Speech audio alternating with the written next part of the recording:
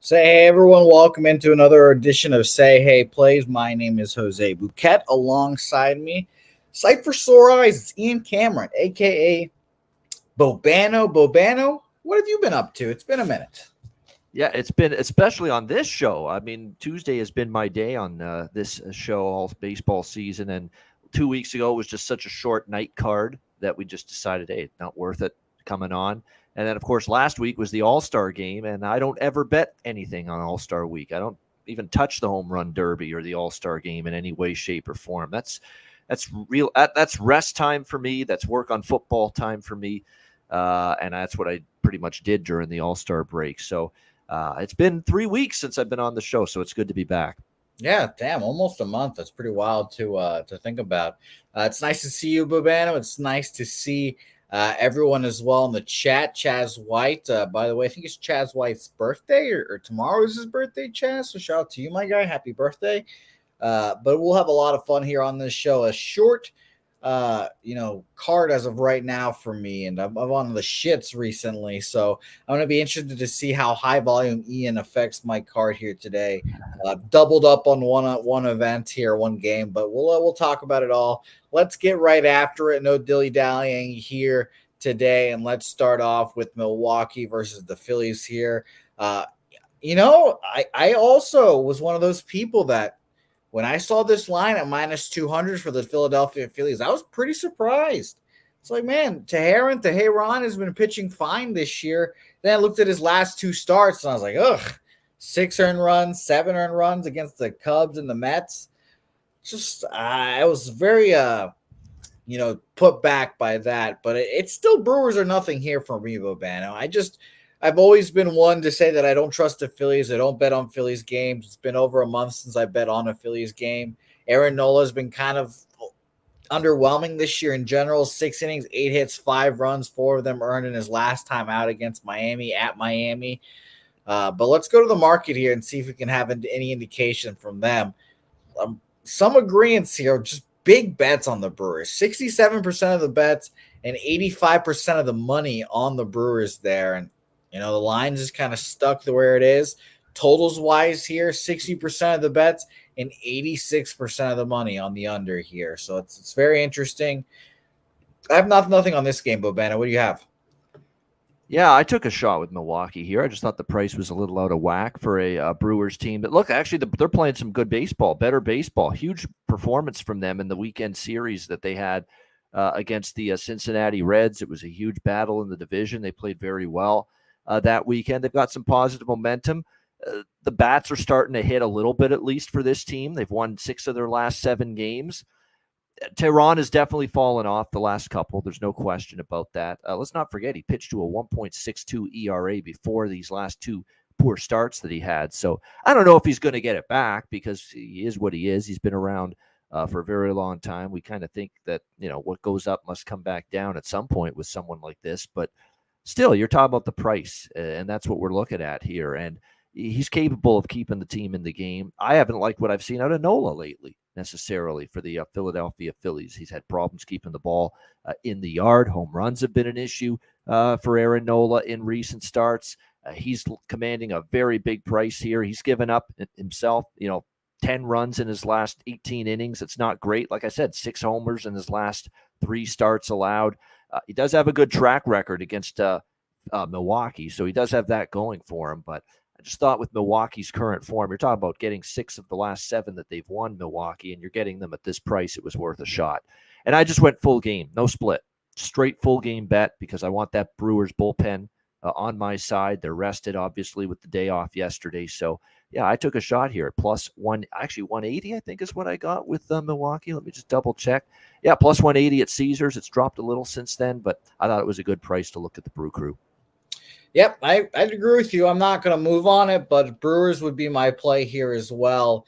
And shout out to all the people that are on Bryce Harper props. Obviously, I saw the numbers against Tehran. I was like, man, that's pretty aggressive how much he crushes them. But I've seen everyone on him, like our guy Justin McAfee stacks pods on him, Barocco Rogers on him as well, the home run over bases. So, I mean, I get it, but I'm not going to move on another player prop after I took one yesterday with Bellinger, and the guy in front of him got 2 RBIs, and he got 2 hits, no RBIs there. So very interesting, very annoying. But let's move on here. Let's go Dodgers, Orioles here. Very interesting series because, I've quietly told myself this is the 2025. Is it 2025? I guess it'd be 2024, actually. 2024 World Series, next year's World Series. This would be it right here. The Dodgers with Shohei Ohtani and the Orioles just 1 year better, and all their young players are just going out there and doing their thing. So I've enjoyed watching this series, thinking about that. I think a Michael Grove, Tyler Wells matchup is not the matchup we'd see, but that's the one we have here tonight with Grove. And I don't know what to do with them. Even the guys that follow the Dodgers every day, like Sharpie, don't know what to do with this guy. 4 innings, 5 hits, 1 earned run last time out against the Pirates at the Rockies. 5 innings, 8 hits, 4 earned runs there. And I've liked Tyler Wells for a while now, and I definitely lean towards the Orioles here. But there's something that's just a little off about this game. I think that the line has moved towards the Dodgers, and let's talk about the market here. 68% of the bets and 88% of the money on the Baltimore Orioles here. And let's find out for sure if that line has moved towards the Dodgers or not here. Let's check on our friends at Bet Dog, aka Bo Dog. It opened at minus 125, and it's kind of just stayed there that kind of the whole day, got up to minus 130 at one point, but then just dropped back down to minus 125 there. So we'll see what happens there. I've got no action. Bobano pops out for a little bit. I'm sure he'll be back here in just a second, but I passed on this game. And as you guys know, take a shot every time I say the word pass, because you will be hammered at the end of this game, or end of the show, I should say. All right, let's go to another game here before Bobano comes back. We'll break it down real quick and see if he has any thoughts on it. Cleveland versus the Pittsburgh Pirates. Logan Allen versus Mitch Keller there. Logan Allen, who I for some reason thought he was a righty, but no, he's a lefty. Called back up after being sent down. 2 minor league not even rehab, but 2 minor league starts. 3 innings, 6 hits, 5 earned runs, and then 3 shutout innings for Logan Allen. I'm subscribed to Jimmy's thought, and I've seen it a couple times with and by the way, Bobana will be back there in a minute. His camera just shut down, so no worries there. But I agree with Jimmy in the fact that when you are a young pitcher, you taste the majors, you get sent back down for whatever reason. Maybe you be pitching bad. Maybe like what is it? Just roster manipulation. Sorry, my brain's working a little slowly today, it seems. But whether one of those two factors, it makes you just want to be in the majors because you don't want to be riding the buses again after you tasted the caviar of the major. And I think this could happen for Logan Allen here. I know his last start being 3 innings, 5 earned runs in the minor leagues is not ideal. But I did like the Cleveland Guardians here today. And shout out to Mitch Keller, who's been just doing his damn thing. We all know what he's about. 7 innings, 1 hit, no earned runs against the Arizona Diamondbacks in his last outing. And then 5 innings, 8 hits, 5 runs, 4 earned against the Dodgers. His last time before that, great start at the Arizona Diamondbacks as well. And just look at this beast. That's screaming sub-3 ERA right there. But I do like the Guardians here. I have not moved on them. They're bad against lefties. Last month against lefties, 69 weighted runs created plus are the Pirates. And I think I should move on the Guardians here. What do you guys think in the chat? Let me check the market as always. But I do like the Guardians here, like I've mentioned. And I will check the market here first. Jeez. 30% of bets and only 7% of the money on the Pirates, on the Guardians, excuse me. 92% of the money on the Pirates is crazy to me. That's just wild. I don't know what I'm going to do with that there. On the total, 67% of the bets and 59% of the money on the under there as well. Let's check the chat here as well. Jay Smith saying Guardians. Jack Rosenblatt leans Guardians. Justin saying Guardians. Shout out to you, LG, my guy. He said looking at over 4.5 strikeouts for Mitch Keller. You know, that's a good question for Sharpie. I don't know if he's in the chat. I haven't seen him, but if he's in the chat, he'll hopefully answer you there. But I usually stay off of player props, though. 4.5 at that plus money is kind of weird, though, LG. So I'd lean honestly under to stay off because the Guardians are a good bat to ball team. We know that. So let me know what you guys think about this game. Oh, I forgot about that. TJ's gift was the Guardians. I forgot that too. That's very interesting as well. All right, well, let's bring back our guy, Bobano, here. Welcome back, Bobano. Let's go back to Dodgers, Baltimore Orioles. Did you have any thoughts on that game? Yeah, it's back to Baltimore for me. Oh, your mic's on the wrong thing, so you have to connect back to your actual. Are you kidding? Holy shit. This is what happens when you don't do many shows over the summer. The system just shuts down and gives you the cold shoulder. Yeah, it's very angry with you. So apparently that's what's happening right now here. So what, the mic's fucked? Mic doesn't sound right? Yeah, no, it's on your computer right now. You just have to switch it to your mic. Well, now is that better? Yes. There we go. All right, we're good. Much better. All right, we're good. I think. Yeah. We're on the right paths of being great here, Bo. What happens when you, like I say, I have ignored basically this office and this place where I do all my shows for like months now, other than doing this show and 2 weeks with Jimmy every 2 weeks on Fridays. So it's pissed off at me, clearly. That's fair. Yeah, I can see it. I'll tell you who I'm not pissed off with, Tyler Wells. I love backing this Orioles team with Tyler Wells on the mound. I think actually a bounce back spot here for the Orioles. I like them as short home favorites tonight in this game. They lost a tough one last night in the series opener against the Dodgers. I think it's a good opportunity to bounce back. I'm on a strikeout prop as well. Tyler Wells, this has been one of those pitchers that I've been taking the strikeout prop with routinely. And I'm going to go back to the well with it here. Over 4.5 strikeouts, around minus 126 at FanDuel. So I'm just not convinced about Michael Grove just yet. There's just way too much inconsistency. There's just way too much hard hit contact being given up. And obviously this Orioles lineup at home all year has been able to hit pretty well. So I think this is going to be a tough spot to trust Grove to have success. So I like the Orioles here, money line, and I like Wells strikeout prop as well.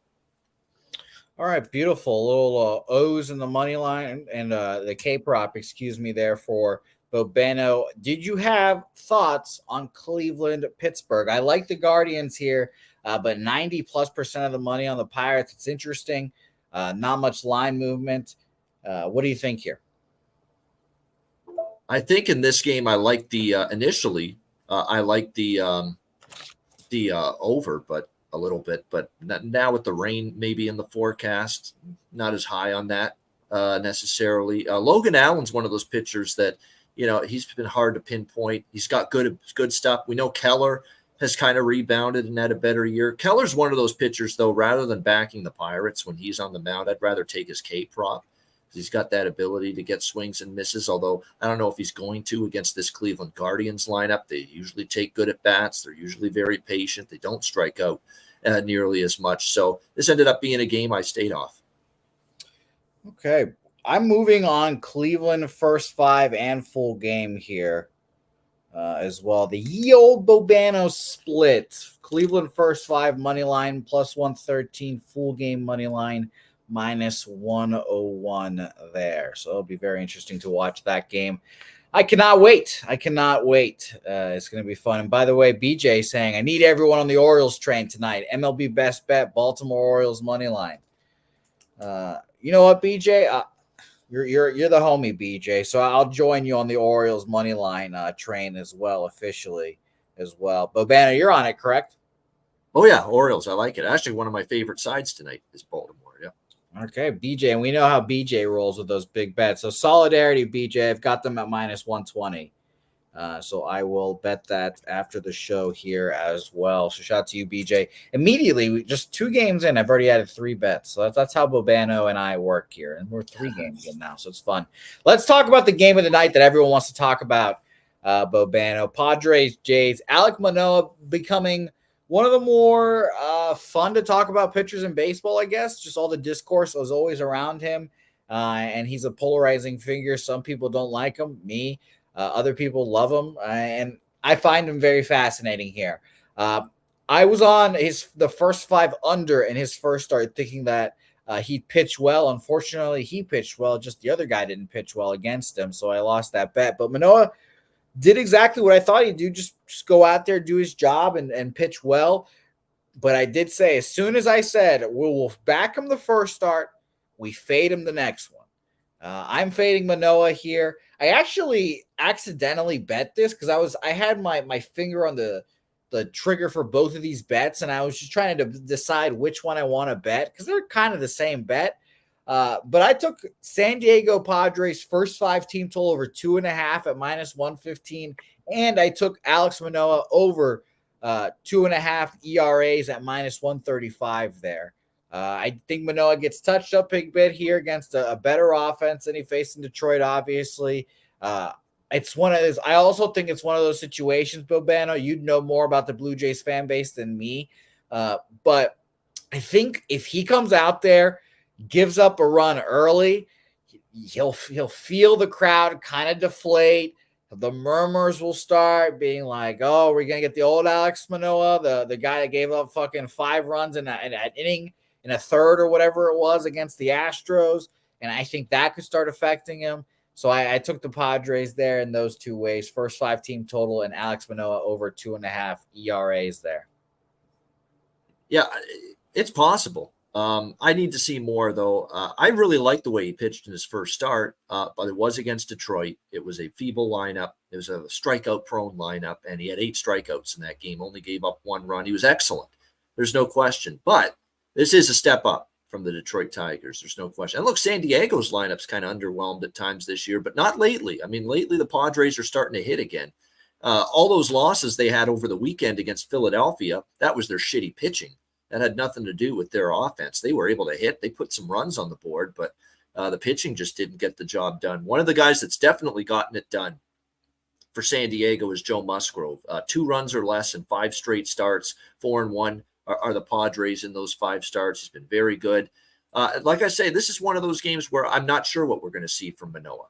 You know, can he carry over that performance against Detroit against a much tougher lineup? We'll have to wait and see. I'm not just ready to assume he's going to be horrible again here. It's possible because it's going to be a tougher lineup to navigate than the Detroit Tigers. There's no doubt. But one thing's for sure is this guy is the ultimate gamer. You know, he's a competitor, whatever you want to call it. And that was definitely a lot better we saw against Detroit. Like I said, there's going to be tougher tonight. Let's see how he fares. What I do expect, though, is Joe Musgrove to pitch well. And if you look at Joe Musgrove, not only has he pitched well, but he has definitely been getting a lot of swings and misses. His last 4 starts, 6 or more strikeouts, 6, 7, 11, 7 in the strikeout department for Joe Musgrove. I was shocked his strikeout prop was just 5.5 here in this game. And that's what I'm on here is Musgrove over 5.5 strikeouts, -110, got even money with it. I thought it was just a great bargain number. This guy can get swings and misses. The Blue Jays can swing and miss. The Blue Jays can strike out. We've seen it. While this lineup has hit a little bit better over the weekend, it was certainly a step in the right direction against Arizona, the way that lineup started to get going a bit, but they are still prone to striking out against flamethrowers, against guys that can get swings and misses and have a strong swinging strike rate like a Joe Musgrove. So I think it's a good spot for Musgrove to get over 5.5 strikeouts here. Yeah, and the market in this game is very interesting, Bobano, just sidewise. 77% of the bets on the Padres, but only 48% of the money. That has declined, though. Yeah. Earlier today, it was about 30-70 for the Blue Jays, 30% of bets, 70% of the money, and that's just kind of dropping. Maybe that's public action. We'll find out here shortly, I guess. But money coming in, about 50-50 more tickets on the Padres, unsurprisingly. And love for the under in this game. 44% of the bets, 74% of the money on the under in this game. Very, very. I lean over, but I don't. It's not something strong. It's not something I'm going to bet. But yeah, I'd probably agree with that. It's funny how the games that with the 2 like just good pitchers or whatever it is, you'd expect that game to go under, goes over most of the time. It's very funny. So let's move on here and let's go to Chicago White Sox versus the New York Metropolitans here. Lucas Giolito, and who knows what could be one of his final starts with the White Sox, if not his final start, against the Mets and Carlos Carrasco, who's damn hard to cap. 8 innings, 3 hits, no earned runs last time out against the Arizona Diamondbacks. Just carved him up, just did his damn thing, and that was coming off of a 5-inning, 5-hit, 2-earned run performance against the Giants here. He's had a lot of rest after that long outing. I would have faded him probably right after that, but he's had some rest, so now, I take that out of the equation. I just don't trust the Mets ultimately, and obviously the White Sox. Offense is horrible. This game did scream first 5 under for me, Bobana. What'd you think? Yeah, it's possible, but Giolito's one of those pitchers where in the past I've had some situations where I expect him to pitch well, he gets lit up. I expect him to get lit up, he pitches well. I've had that kind of past experience backing Giolito in certain spots. I'm not laying a price with Carrasco. I'd lean White Sox, believe it or not. I'm not laying a price with this Mets team or Carrasco. That's for sure. Although he has pitched a little bit better in some of his recent outings. But so honestly, my first thought too was maybe some runs, but with these two lineups too, they could make these two guys look good. It's very possible. There's no question. So this is a pass for me. Nothing. Agreed. I'm passing here as well, but I am very, very interested in the first 5 under here. And I'll tell you, the market's kind of reflecting that. Just a lot of tickets and bets on the under, 80% on the under 8.5 there as well. And let's talk about the side here. Bigger bets on the Mets. 50-50 ticket split, 77% of the bets on the Mets. They're very, very interesting indeed. I'll tell you, according to Action, that's open at -145. I don't believe that for the Mets. It allegedly, let's find out, allegedly opened it up at -120 here. And it has jumped up. It went from -120 and now it is at -133. So 10-cent move is pretty substantial, but I just like my man Fly White Mike is saying, you just can't trust Cookie. Can't trust Cookie at the end of the day. Some people can time that shit up. Like Dabby Cap can always time up Yu Darvish. I'm not one of those guys that can time that up right now. So pass game for me. Let's talk about a very interesting series. I don't know if they've started the second game yet. I don't even know what that starts, or the first game, I should say. Giants Red. They're picking up the first game. Who cares about that? Let's just focus about the second game, Giants Reds. Disclafani, Luke Weaver here. And it's hilarious. Luke Weaver, I saw the stat, and I'm sure everyone else has seen it too. Luke Weaver, last 8 starts, 8-0 with the Reds. They've won all their starts, but he's at an 8 ERA for that stretch as well. So he's been bad, but they always seem to score some runs for him, and it's hilarious. And that's just something I just don't have a feel for, honestly. Like I would love to fade Luke Weaver here, take the Giants and Disclafani, who has been playing well. But our guy Nufflush was very interested in a Reds team total. I mentioned it earlier in the day on Jimmy's show. I just couldn't get there at the end of the day. Mines were a little bit too high for me. Let's talk about the market here real quick before we pass it off to Bobano. 61% of the bets and 80% of the money on the Reds. They've quickly become, not even becoming, they've already become America's favorite team to bet, apparently. And 47% of the bets and 74% of the money on the under there. If this is an under game, I'd much rather have the under in the Giants. If this is an over game, it feels like a red spot. I don't know about you, how you feel about that, Bobano. What do you think about this game?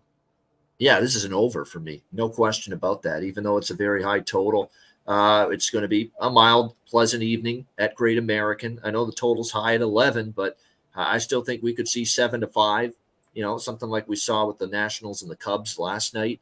I mean, I don't trust Anthony, our guy, DeSclafani. I don't trust him here on the road. In fact, most of his good starts have been at in San Francisco in the Bay Area, but on the road, his last outing before the break against the Mets, 3 runs, 3 innings, 3 home runs allowed. So, and then before that against St. Louis, 5 runs, 7 hits, 3 innings, 4 home runs in his last 2 road starts. So he doesn't have good road numbers. He's been giving up the home run ball. It's a pretty bad combination when you're talking about pitching in Cincinnati. So I don't trust DeSclafani to pitch well here tonight. Obviously, it goes without saying Luke Weaver's been horrendous. But yeah, it's crazy. It's a bizarre stat that they've Reds are 8-0 in his last 8 starts when he hasn't been really good in any of them. So that's probably why, as far as the side goes, it's tough for me because this to me is going to be a game where I just think both lineups do their fair share of damage. And it's going to be one of those games where it's probably going to be something like, 6-6, something like that in the 8th or the 9th inning. I could see that. And then it comes down to one of these two bullpens having to shut the door late. So I don't want to guess when it comes to that. So nothing on the side, but felt the total was definitely a good look. I don't know how I feel about these frozen suspended games, like we've saying. I haven't had one of these cases yet, Bobano. But have you had a case where the game gets suspended to the next day? Did they just give you back your money on those games? It's a book to book case. Some books they'll refund it, they'll void it. You have to rebet the game, the suspended game that is, or it will carry over. And it's a place to place discretion. It's very interesting. I wonder what our friends at Bet Online do, because I don't think I've had one of those cases. I think they usually get voided for me, but if I had, the majority void it, but there are still a few that don't. It plays it out the next day or whenever they resume it. Cool. Let's move on to Arizona Atlanta. A good matchup here. A matchup I wouldn't hate seeing in like the first or set. Well, the Braves will have the best record and have a bye or whatever. I wouldn't hate seeing this in the playoffs. Essentially, Braves, Diamondbacks. Braves would probably beat the shit out of them, but it'd be nice for the Diamondbacks to get there at least. Bryce Elder, who he's been an enigma this year. If you look at his baseball savant, it's all blue. It's like everyone this whole year was kind of saying, how is he doing it? How's he doing it? His ground ball rate was out through the roof, phenomenal, and that kind of told the story for him. But against the Rays, last time out was the first time this year we really got touched up. 3 1/3, 6 hits, 7 earned runs against the Rays, excuse me. And then we obviously know they're a very good squad in their own right. So can we forgive him for that? Maybe, but this line has dropped like a fucking rock. 206 this morning, now down to minus 181 here. And I would need to refresh my rotor wire to double check here. I mean, is that like a Ronald Acuna sitting out? Like, well, what is going on in that? I mean, no, he's in. It looks like they've got all the guys in there, so it just might look like a genuine move towards the Diamondbacks with Zach Davies. So I thought that was shocking. You guys know how I feel. This is a Braves. It's scary to bet against the Braves at really any junction. And I think they're the best team in baseball, and it's not particularly close. So with that 20-cent movement, I guess that just says the Diamondbacks are alive here. And let's go to the markets real quick before I pass it to you here, Bobano. We're talking Diamondbacks Braves here, and it's crazy. 89% of the bets and 81% of the money on the Braves. Just minuscule money on the Diamondbacks, and it's just dropped. It's very interesting. What do you think here, Bobano? Yeah, I mean, Arizona's starting to worry people a little bit. I mean, this has not been obviously, that was not a good series over the weekend against Toronto. Pitching wasn't good, and I don't trust Zach Davies against maybe the best lineup, one of the best lineups in all of baseball right now. I mean, this Atlanta team continues to do is pile up runs, take good at bats. I mean, they're just such a great deep lineup. They all take good at bats. Acuna, Albies, Riley, Olsen, Sean Murphy's been crushing the ball lately, of all people. Ozuna. They're even getting Michael Harris, man. Really coming up with some big time hits for this team. He was bad too, and now he's just doing his damn thing. I know, it's been impressive. So that's why there's not an easy out in this Atlanta lineup. A lot of Zach Davies' struggles have been at home this year. He's pitched terribly in the desert. He's been pitched a little bit better on the road, but some of these recent road starts where he was good were weaker lineups. He did get smashed in San Francisco, and they're no lineup like Atlanta's. So I think he's going to struggle here, like so many pitchers do. And the Arizona bullpen hasn't been as good lately. The question is, what do you do with Bryce Elder? He's had a very good season, but he got lit up against Tampa Bay in his most recent start. Is that signs of regression? I think it is. I don't see him as this 2.7 ERA pitcher. I just don't, or 2.97. I think he's serviceable. When I see just the eye test tells me I don't think his stuff's that good that it should translate to a 2.97 ERA. So I'm hoping Arizona can do a little bit of damage here. This is another over look for me here on the board. Diamondbacks and Braves. I played it over 10.5 here, round even money. Someone in the chat asked your opinion on the 5.5 for the first 5. So we're gonna say Absolutely. I only bet the full game, but obviously, Yeah. right in line with first 5 over. I wouldn't talk anyone out of that.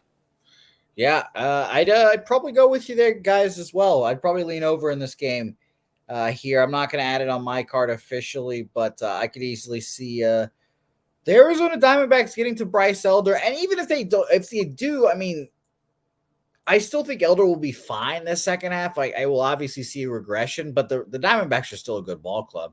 And I forgot who commented already that they said real Diamondbacks fans know that we're not going to make the playoffs this year, which was fucking hilarious. But man, Corbin Carroll is just that guy. And I thought he fucking blew his shoulder out, and now he's just out there doing his damn thing. So I'm very excited to keep watching the Snakes here do their thing. So let's move on here. Let's go to Miami versus the Cardinals here. And, maybe I'm an idiot. I don't know. I took Jordan Montgomery over 2.5 earned runs here at plus 130.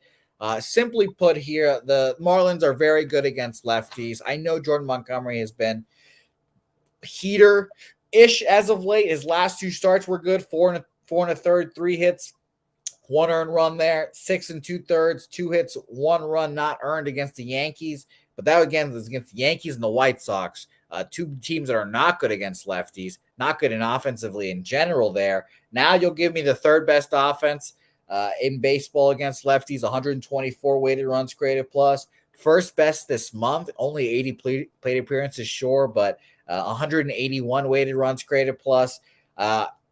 Edward Cabrera, I don't know what I'm going to get from him, so I just X'd him out of the whole equation, and we'll see what happens. But I took Jordan Montgomery over 2.5 earned runs there at plus 130. What'd you think? I totally agree that the value here on this price is Miami. Miami's clearly the better of these 2 teams. That being said, Miami didn't have a good series against Baltimore. Well, Baltimore's a really good team. And they lose the opener last night against St. Louis. Is this the start of a little bit of a second half downturn for the Miami Marlins? I am a little worried, just a little. That being said, if this price is close to pick 'em, maybe I'm not involved, but you're going to give me this kind of number with Miami, I have to take it. Because I still don't think St. Louis is that good. Now, St. Louis has had a couple of wins lately, and Montgomery's pitching well, but Edward Cabrera is very capable as well. Actually, I think both of these pitchers could end up pitching all right. I think Miami, in like a 4-3 type of game, I could see that here tonight between these 2 teams. I did sprinkle on Miami here, first 5 full game split here on the Marlins, just because of the price you're getting. Again, the Cardinals have not been.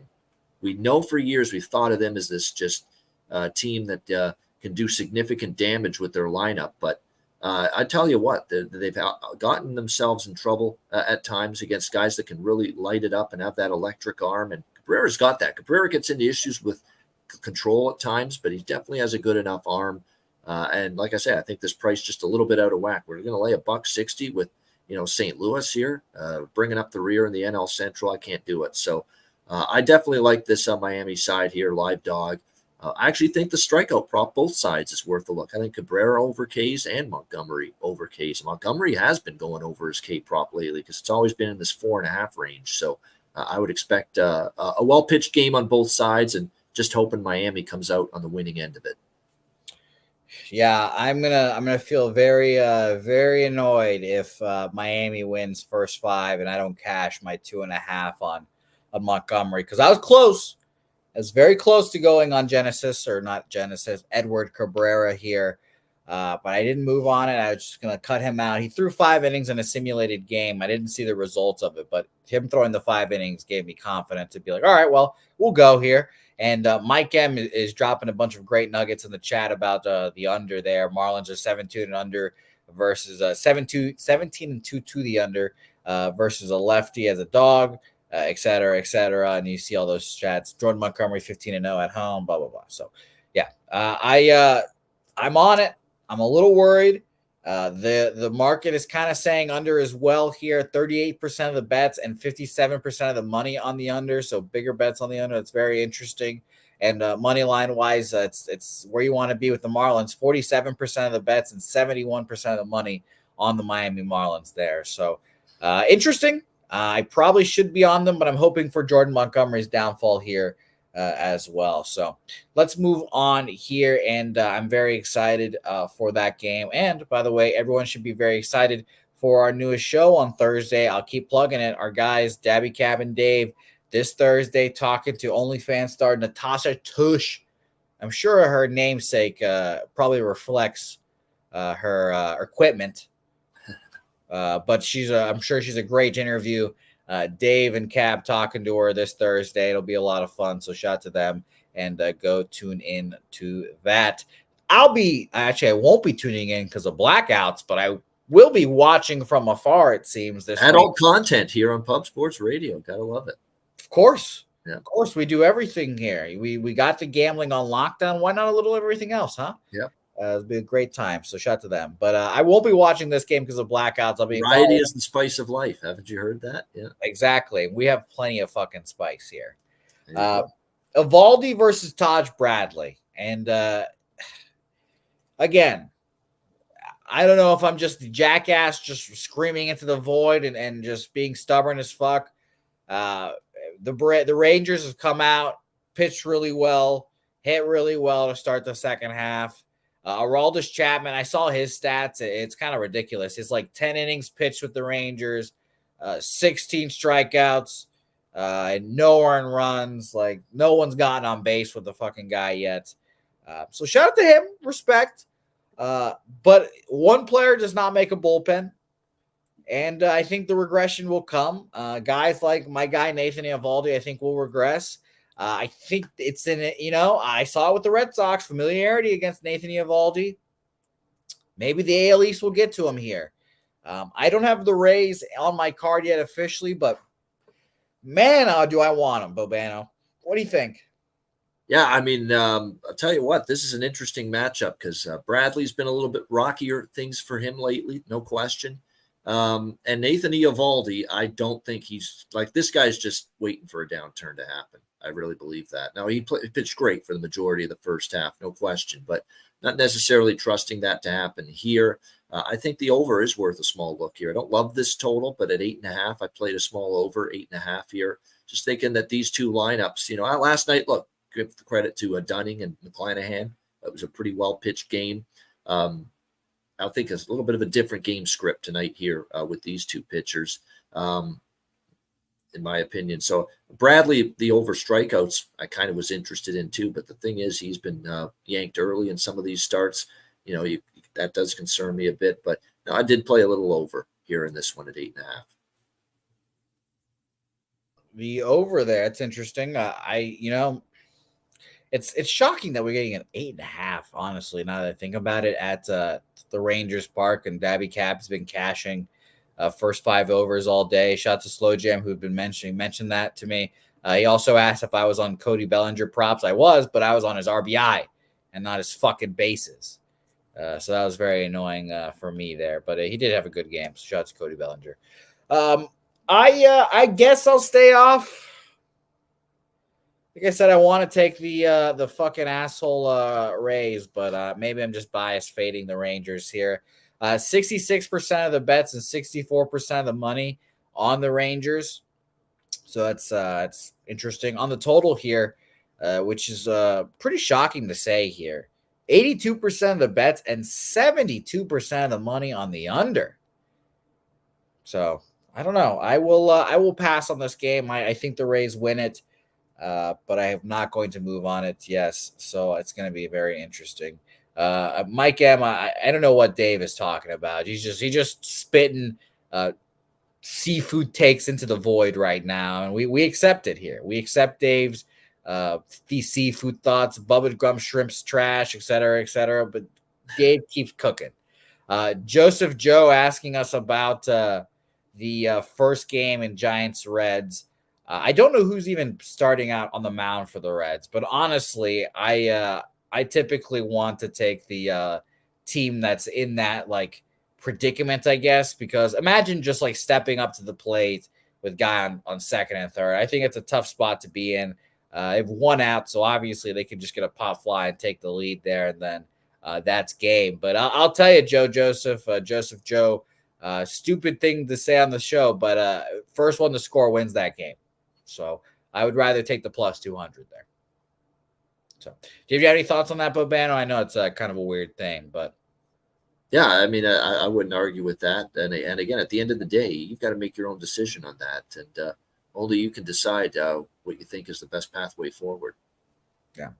All right, let's go Nationals Cubbies here. Tyone Patrick Corbin here. And we point and laugh at Patrick Corbin all the time, but he's doing really well. Who would have thought that of Patrick Corbin, Steven Strasburg, and letting Anthony Rendon go. After all those decisions, the Patrick Corbin contract has easily been the best one of those. So, I would say not even letting Anthony Rendon. That's probably the best decision. But at the time, it was like, what are you doing? Blah, blah, blah. But at least Patrick Corbin's going out there posting for it. He's been pretty fine this year. 7 innings, 5 hits, 1 earned run against the Rangers last time out. Again, the Rangers are great against lefties, so that's pretty impressive there. He's had his bad starts, obviously, 5 innings, 6 earned runs, 10 hits against the Reds before that start. And he's faced the Cubbies before, 7 innings, 3 hits, 2 earned runs this season and a 4-3 victory against them. I honestly don't think he can do it again. I think that the second starts always tend to be a little bit worse with these pitchers that are a little bit smoke and mirrors like Patrick Corbin.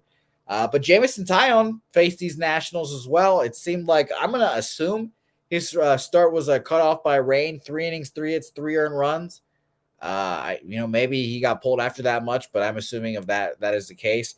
So I honestly lean towards the Cubs here in a form or fashion, but I can't bet a Cubs team at minus 165, obviously. And Jameson Taillon, who is coming off of his own great start, but on this program, we knew that was happening. Against the Yankees, a shit Yankees team, and getting his Rebenga, come on, that was obvious. So I pass on this game. I'd be, semi-interested in an under. You could talk me into an under with both of these shitty pitchers, but nothing here for me. Yeah, I'm on the over actually here with these two. I don't trust Corbin. Corbin's actually been in a pattern where it's been one good start and then he's gotten roughed up the next start. And that's been his pattern. He's off a good start. I expect him to get roughed up here. And the Cubs are crushing lefties all of a sudden. Like the last 10 games for them, 6.7 runs per game. Their batting average has gone up against lefties. Their splits against lefty pitching have been a lot better the last few weeks. So I think the Cubs can get to the Nationals here. Let's be honest, their lineup is thumping a little bit more than it was, say, a week ago. Their series against Boston, what they did to Paxton. Remember what they did to James Paxton? They just lit up James Paxton over the weekend. And they've been hitting lefties better. And this is a guy I think they can do some damage against. And look, Seiya Suzuki and Ian Happ, and they've been hitting. And of course, Cody Bellinger is the star right now. I mean, it's hard to get this guy out at the moment, the way he's going. So I think the Cubs can do some damage here. Their numbers against lefties have really, really increased and improved here the last month or so. I don't trust Jameson Taillon, though, either. He had finally a good start, but he was amped up like you couldn't believe, playing his old team, the New York Yankees. Before that, he wasn't pitching anything special. I think he's very susceptible here against the Nationals, who, look, the Washington lineup has picked things up. That was a pretty impressive showing for them last night in the victory against the Cubs, scoring 7 runs in the win last night. And by the way, it's been a little bit warmer conditions in Wrigley going into this game tonight. Slight wind blowing out. So I like the over last night between these two teams. We cashed a ticket with that. I'm coming back to the very same thing here. Yep. Pass game for me. I've got really no feel. I can, obviously I can understand why you took the over there. And with both those shit pitchers, I really want nothing to do with it. So let's move on to an interesting matchup of two lefties here and a boring matchup of two teams. Skubal versus Daniel Lynch. Daniel Lynch, who dominated these Tigers earlier in the year, June 20th, about a month ago. 7 innings at the Tigers, by the way. 7 innings, 1 hit, no earned runs, and a 1-0 win. Now, Skubal has yet to give up a run in his return here as well, and the line has just gone their way kind of the whole day, really. I saw it open up last night. I forget what number exactly was. Let me look at our friends here and tell you exactly, because, again, this line had just kind of been chugging all the way towards the Detroit Tigers here. It opened at minus 142 last night, and you can see where it is now at minus 175. It is just kind of just ticked that way the whole day, and you get it. I mean, Scooble has been phenomenal this year so far. He's a good pitcher in general. You can see him keep rolling, and the Tigers against lefties just not that inspiring. But a second look at Daniel Lynch will definitely be beneficial for them here. I think they can obviously do better than one hit in 7 innings their last time out. What's interesting about this, in this last month, again, very small sample size, 51 plate appearances. The Kansas City Royals have 167 weighted runs created plus. That would be second best in the majors. That's super small sample size, but something to keep an eye out here. I'd pass on this game. I can see why people take an under here as well. And if you got the Tigers early, congratulations. That's a great bet. And if you got it at minus 150 or whatever, take a -1 there. But I had nothing on this game, unfortunately. Just a matchup I couldn't sink my teeth in at this price. Yeah, I'm back on Detroit again tonight. Now, last night I had the split and I went 1-1. They were down after the first 5 innings, but they came back late in the game and they ended up winning it against Kansas City. I'm going to come back to the same 2 bets here. A first 5 run line, -0.5, -110 is what you can get for the Tigers. And then -1 full game run line, about -135 with that. So Tigers first 5 full game run line split for me. He's bet on pitcher all the way for me, Tarek Skubal right now. Has pitched well since he came back from the IL for the Detroit Tigers. I expect more of the same here. He's a strikeout pitcher. Guess who strikes out a lot? Oh, yeah, Kansas City Royals. So I definitely think that's a good matchup here for Skubal. The thing is, Daniel Lynch does have the tools to be a pretty good pitcher, but I just don't see it consistently with him. I just don't. I don't see enough from start to start where I can say, yeah, I can really bank on Daniel Lynch pitching well for me. And I like the way the Tigers have played. You know, before the All-Star break, they were playing some better baseball. They took 2 or 3 over the weekend from the Seattle Mariners on the road coming out of the All-Star break. They win last night. There's some good vibes going. And let's not forget, this was a lineup that had a lot of key bats out of the lineup for various parts of the season. I mean, they were missing Akil Baddoo for a bit. They were missing a couple of their important bats. Some of them just came back, which is good to see. So I think this lineup, you've seen them pick their game up just a little bit here in recent games as well, as they've gotten at least a little bit healthier. So, yeah, for me, it's taking the Tigers here right now at first 5 full game. Oh, eating the juice there, Bobano. Not afraid of the juice. I love to see that. Yeah, I mean, I suppose Tigers would be the look for me too. I don't think Daniel Lynch can go that way as well. North Ender asking about how long Skubal goes. I'd probably expect him to go 6 if he does well. Back-to-back 4-inning performances. You think they're trying to build him up. Skubal over strikeouts. Forgot to mention that. That's actually one of my favorite K props tonight. Okay, how much? What number is it at? Tarek Skubal over 5.5 strikeouts -108. And without 5.5, it makes you feel like he's going to go at least 5 there, North End. Yeah. So we'll see how that goes. All right, let's move on to Houston, Colorado. The easiest game for me to just pass on. We just saw Jake Bird get announced. I guess I want nothing to do with this game. Hunter Brown, this is his first time in Colorado as well, so I don't want to back a pitcher there. It's -225. I thought about like maybe you take a -2 because there's a big spread, a 12 total. If you're going to take the Astros, make it like a -2, -3 because you're expecting that high variability. But I just didn't want to fucking complicate my evening like that. So no thanks there. Pass for me. Yeah, I mean, for this one, it's tricky. I'll tell you what, the Astros, their lineup is hitting. Their pitching is just falling off in so many different, especially the bullpen, man. What's happened to the Astros bullpen? A couple of those games against the Angels were an absolute horror show from their bullpen. So they're not exactly getting that lockdown, shutdown, relief work that they've seen in past years. So, I actually think this game could go over, but I think the Astros are going to have to do a lot of the damage. One thing about Hunter Brown in this ballpark is he can be home run prone. So we'll see if that comes into play. I think definitely Jake Bird is the word. I think definitely for Houston, they should be able to do some damage against him. The only bet I made here is, look, if it ain't broke, don't fix it. This guy we know can absolutely miss bats. It's always trickier with these strikeout props, Jose, at Coors Field.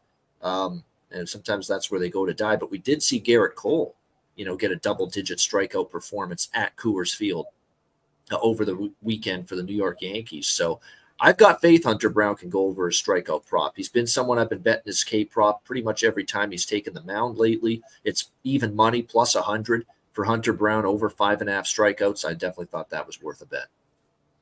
All right. Brown strikeouts for Bobano. Let's us push on from this atrocity of a game to atrocity of teams. The New York Yankees and the Los Angeles Angels. Oh, Bobano. The last few days has just been chef's kiss as a Yankees hater. Oh, my God. Just so beautiful. The Rockies take 2 of 3, walk them off. And then they look like they're going to win last night. Shohei ties it 3-3. You take the lead in extra innings, and the Angels come back and win it anyway. I mean, just absolutely, yeah. It's great. It's almost pornographic for me, I'd say.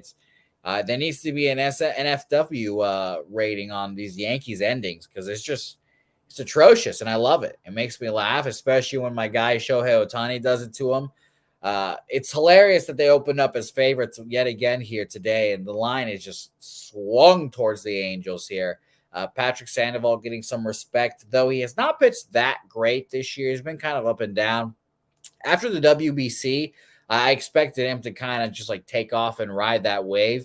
I'll say this in hushed tones, but I will say it seems like the WBC has affected some players. It's very interesting just to see like Framber Valdez, who's supposed to pitch in it, and then he got hurt, and then he's kind of had a shit year. My guy Luis Garcia got TJ. Patrick Sandoval sucked. It's all very interesting how that worked out, but it's fine. The WBC is still awesome, and it's still going to be the best event out there, and I can't wait to go to the next one. I'd be caught dead before betting the Yankees at any point right now. It's just there's just no chance I can bet on them. And this is the split where you'd want them against lefties. They're hitting just a lot better. Last month, 132 weighted runs created plus and 117 plate appearances. The full season, they're 11th, 109 weighted runs created plus. So I get it, but no thanks, no chance. I'm just waiting for Aaron Boone's next extension to be announced. So pass game here for me.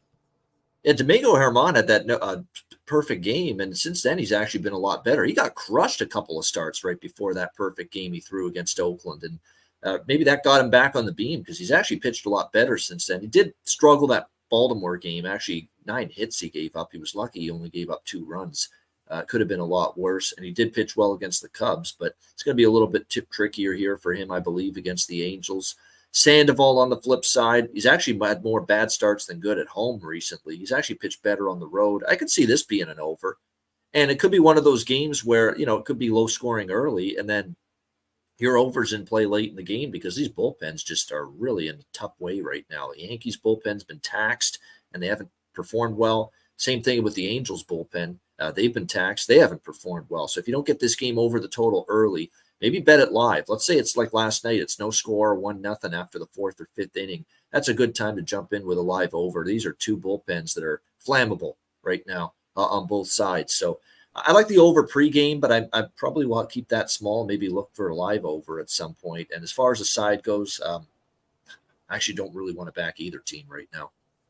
Yeah, I was hoping or looking forward to fading both of these teams in the second half, and they just decided to face off to have a battle of who's worse. Yeah. One of the first series out of the break. Yeah, we'll just put them together. Yeah, exactly. So we'll see how it goes in the next coming games. I look forward to fading both of these squads, though. Yeah, Ohtani home run. If it ain't broke, don't fix it. That's definitely a threat. How many games straight has it been now? 3? Yep. What a fucking sicko. Yep. What a fucking sicko. By the way, Bobano, I have my theories about Shohei Ohtani. He's obviously a super, super competitive guy. I listened to a podcast that theorized the reason that he came to the Angels to begin with was so he could play with Mike Trout, the best player in baseball, and kind of measure himself against the best player in baseball and kind of show everyone, this is your best player. This is how better I am than him. I think, after last year's MVP, everyone was like, "Oh, Aaron Judge, 60-some home runs, blah blah blah," and Shohei Ohtani didn't get the MVP, which I think he still should have won it, but whatever. I think he saw that and he was like, "Oh, all right, okay," and now he's going for 60 home runs. He is gunning for that record, and oh boy, I hope he gets there. Nothing would make me laugh more than Aaron Judge's record getting broken already. So it's going to be very interesting. And by the way, it's funny. You have a shot at it. Yeah. If he gets 100%, really he's on pace. Yep. He's on pace right now. Rocco's giving me shit because he said, I gave you Ohtani home run the past 2 days, and instead you take someone else's Cody Bellinger. I'm sorry, Rocco. I'm sorry. His numbers were great. It's very funny. I cannot wait to see what happens with this game. And I agree with BJ. If the Yankees were smart, they would just walk Ohtani every time up. I was shocked they pitched to him in that spot last night. I am not letting Shohei Ohtani swing. At some point, you just got to say, let him have first base. We're not pitching to him. He's just too big of a threat right now. Yep. Mickey Moniak's hitting behind the fucking guy. No. Think I give a fuck? Mickey Moniak, the guy took 7 years to get to the major leagues after being like a first overall pick. Fuck that. No chance. But Aaron Boone's an idiot, and we love to see it. Minnesota, Seattle. Next game on our card here, second to last game. We appreciate everyone, as always, for being here. Hit the like button while you're here. Drop a comment. Hit in the comment section as well. We appreciate you guys, as always. Let's go to this game because I have Minnesota first 5 here. And boy, oh boy, does it seem like a popular pick to take the first 5 under in this game. I could see it. Brian, has pitched really well this year. He's gotten his Ks, and I respect it. The Twins' offense has been kind of up and down throughout the year, but quietly 10th best this year against righties, 105 weighted runs created plus, and you've got 123 weighted runs created plus last 2 weeks for them. Last month for them against righties, 23 weighted runs created plus. That's 6th best. So they're hitting them pretty well as of late. And the Mariners, we know, are just average. Full season, they're 99 average. 10th in the last month, 116. So a little better, but just a team that I just cannot back. We talked about Ohtani. I've said this many a times. My ideal scenario, my ideal destination for Shohei Ohtani would be the Seattle Mariners. So I would love to see it, but I have nothing on this game. Totals wise here, I'm on Minnesota first 5. Money line here. Let's go to the market here real quick. We haven't touched on it in a couple of games here, but let's talk about it. 52% of the bets, 75% of the money on the Seattle Mariners there. That does not make me feel good. Totals wise here, let's go here. And unsurprisingly, 90% of the money and 90% of the bets and 73, there we go, 73% of the bets on the under. So it's a lot of cash and bets on the under. I ended up just passing. I could see the first 5 going under, but I've been burned too many times by it. So no thanks for me here. What do you think here, Bobano? Yeah, this is one of those games where I like Seattle a little bit, but I don't love minus 130. I'm all over the Brian Wu strikeouts again, and Bailey Ober strikeouts. I think this is a dual strikeout prop game for me. I like both of these pitchers to go over the strikeout prop. Ober, you look at what he's been doing lately, 5, 8 strikeouts his last 3 starts. Seattle's been in that higher, tier of teams lately in Major League Baseball in terms of strikeouts. I think Ober can get that swing and miss from this Seattle lineup. He's capable of it. His strikeout prop tonight is only at 5.5. I think he can go over that number. Brian Wu is 6.5 for his strikeout prop, but I like it. This guy has got great stuff, can change speeds, works all over the plate, and he's been able to get Ks from opposing hitters. 7 in 2 of his last 3 starts for Brian Wu. It's a Minnesota team that they are susceptible as well, especially lately to good strikeout pitchers like a Brian Wu. So this is another game for me where rather than a side or a total, I just look at the K props. Both pitchers, I think it can get there. So Ober over 5.5 strikeouts, minus 134, and Wu over 6.5 strikeouts, minus 115. Let's Dance on Mariners money line and Woo over strikeouts, so he's right there with you there. Rocco's wanting a little combined K prop from both pitchers. Hoping that some book offers that in the future. I can see that, honestly. So I've got nothing on this game. Like I said, totals wise, I'm on Twins first 5 money line, and I'm not feeling great about it. So it's going to be very interesting as well. Jack Rosenblatt asking where these sites get their public money info from. That's an excellent question. I don't question where Action gets it from specifically, because I assume there's it's supposed to be a general consensus of the major sports books combined. That's what it's supposed to be. Yeah, and I was going to say there has to be some transparency there from the sports books, because they obviously can't just be providing false information to get people to bet. That is illegal. So it's reliable in some instances. Like I mentioned, the Action Network I think is reliable just because I pay for it. So it's very interesting. Like VSiN, and he's talking VSiN, and I know VSiN is very interesting and shows different numbers sometimes, but I don't know. So I think Action does a good job of it. So we'll see. All right, let's go to the last game here, and I'm going to be very interested to see what you have to say about this game, Bobano. Red Sox, A's here. A bullpen day for the Red Sox. It'll be Chris Murphy, and Joe Jakes is starting this game, actually, for the Red Sox. So it'll be the same thing as yesterday. Bernardino, a.k.a. Joe Jakes, today gets the ball for 1-2 innings. Then we'll see Chris Murphy after. We'll see how that goes.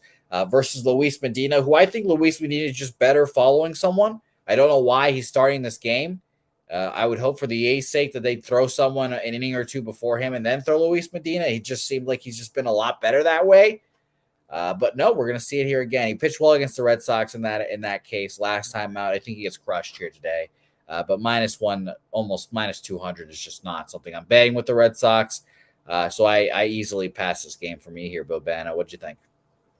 Yeah, the only thing I did here was I took a look at an over 4.5 team total for the Boston Red Sox. I mean, I just want to keep their bullpen guys out of it. Not saying Joe Jakes and everybody that's going to follow can't pitch well here tonight. Chris Murphy in particular here for this Red Sox team tonight, and it is the Oakland lineup, so they are.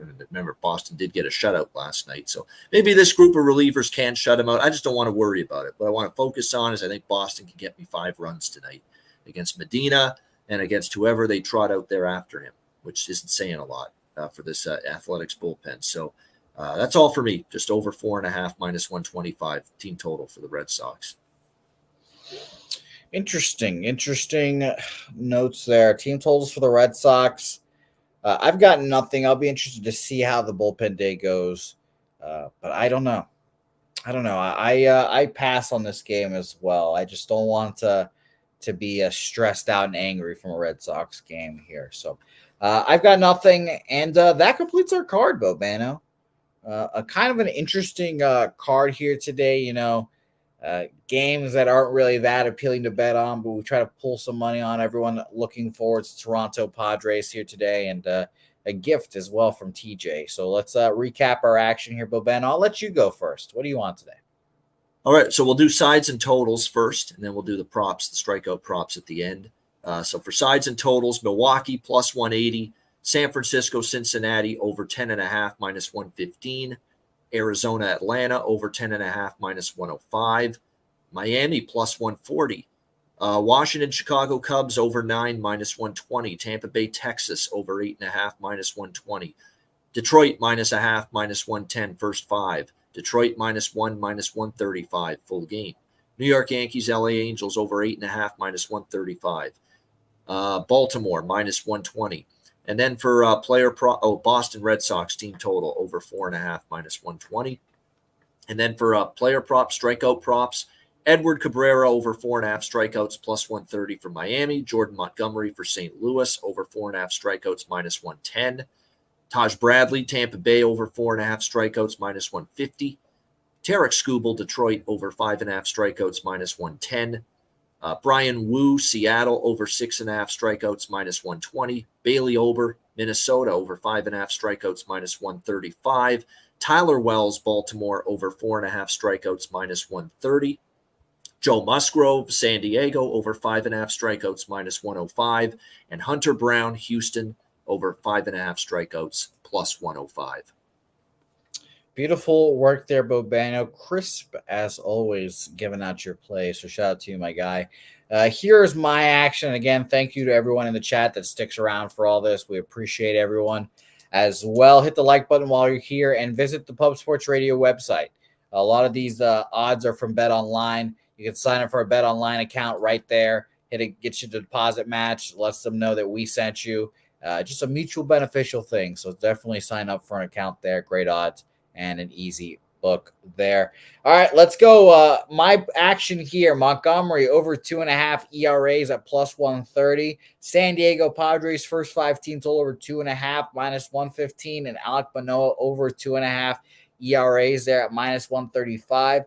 Minnesota Twins first 5 money line there at +108, and I've got Cleveland and the Baltimore Orioles there, and I've got the Cleveland double up in the show here. Shout to TJ, that's his gift.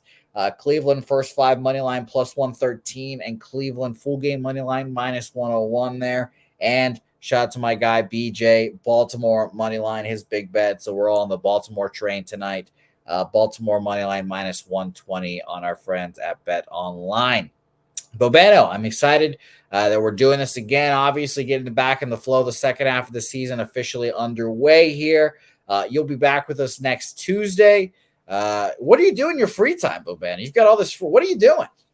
Finally get to visit friends I don't get to see during football and hockey seasons for the most part. Family members I don't get to see. Get to go to a couple cottage trips. I'm hoping to make a trip to BC at the end of August, Vancouver, because the Ticats are playing out there in BC against the Lions. We're thinking of making a trip there, me and my ticket group. So get all that done, because once September rolls around, it's back to doing a lot of shows on here, doing the Ice Guys show again when hockey starts. And yeah, it's going to be busy once again. So that's just, and rest, relax. And also when I'm not, doing the fun stuff, or the stuff with getting out and seeing things and seeing people, it's rest, relax, and also prep for football. I've been doing a lot of football prep too the last several weeks. So looking forward to a football season start. I'm ready for it. I'm doing most of my NFL and college work is done. I've got my season win totals that are going to be set by the end of the month. So, and futures. So I'm ready for football. Bobano, in your early NFL work, is there a team that's jumped out at you so far? I think Pittsburgh's going to be better than people think. All I keep hearing is that Cincinnati obviously is the team to beat in that division, no question. But there's a lot of people thinking Cleveland's all of a sudden going to be great. Deshaun Watson's going to be able to find his old form. I'm not so sure about that. I kind of like what Pittsburgh's doing. I kind of like that they revamped the defense a little bit in the free agency. I also like that they finally shored up the offensive line a little bit, which has been a little bit of an issue for them in recent years. Mike Tomlin still never had a losing season as head coach of the Pittsburgh Steelers, which is 18 years now. I just think they're being undervalued a little bit. And I'm a little bit higher on the potential of Kenny Pickett maybe than some people are here coming into this season. So Pittsburgh's that one team where I think they'll be better than the markets do. God, I cannot wait. I don't care about the NFL that much, honestly, as a Jets people fan. think Baltimore too is the automatically the top contender and biggest threat to Cincinnati in the AFC North. Yeah. I'm not sold on that thing jiving. I'm not sold on Lamar Jackson now that he's been paid, gotten the bag. He's all of a sudden going to be this big-time quarterback. I'm not sold on Odell Beckham Jr. fitting in properly with this football team and it working on this offense. So, and one thing we've come to expect from Baltimore in recent years is they get fucking hurt every year. Tons of injuries in recent seasons for the Ravens. So I'm not ready to sell. I'm not ready to buy into Baltimore just being that top contender in the division of Cincy. I can't wait. Not for the NFL season. Like I said, I'm not a huge NFL guy, obviously a big baseball guy, and the NFL season kind of means the end of baseball season. What I specifically cannot wait for is for the New York Jets to beat the fuck out of the stupid Patriots. I fucking can't stand the Patriots. I hate the Patriots. Fuck the Patriots. I'm specifically talking to Nasty Nate right now. Fuck the Patriots. Can't stand them. Let's go with the old man. They're a conundrum. I have no clue what to expect from them. They're that one team that I was doing my preseason work for them. I'm like, gosh, this could go in a bunch of different ways with that team. I can't wait. I hope it goes to the fucking bottom. Thanks, everyone. As always, BJ, Real Deal, Stevie, Northender, all you guys, J-Dub, Nasty Nate, Slow Jams, BJ, Rocco, all you guys, Justin McElvey, you guys that make this show special, Mike M, Jack Rosenblatt, all you guys, Sean Fisher, picks from Dave, who was talking into the void today. Again, go check out his show on this Thursday. Him, Dabby Cap, Natasha Tush will all be talking about whatever. It'll be Fincher. I have no idea what they're going to be talking about, but it's going to be interesting. I'll be watching, to say the least. Yep. So it'll be very fun, and the very slightest will be very fun. So, Bobano, thanks so much. Follow Bobano on Twitter at Bobano. Ian Cameron is his real name for those people that don't know. I remember that people were like, Bobano's not his real name? What? So it's a funny, shocking, yes. Yeah, it's a very funny note there, having a good Twitter name as well. So shout out to you there, Ian. Follow me on Twitter at Jose Bouquett. Say hey. I'll see you on Friday because I'll be back with Jimmy the Bag. That's another one. It's been a long Beautiful. time with the bag. Yep. Bobano on Betting with the Bag this Friday. Say hey, and we'll see you guys on next time.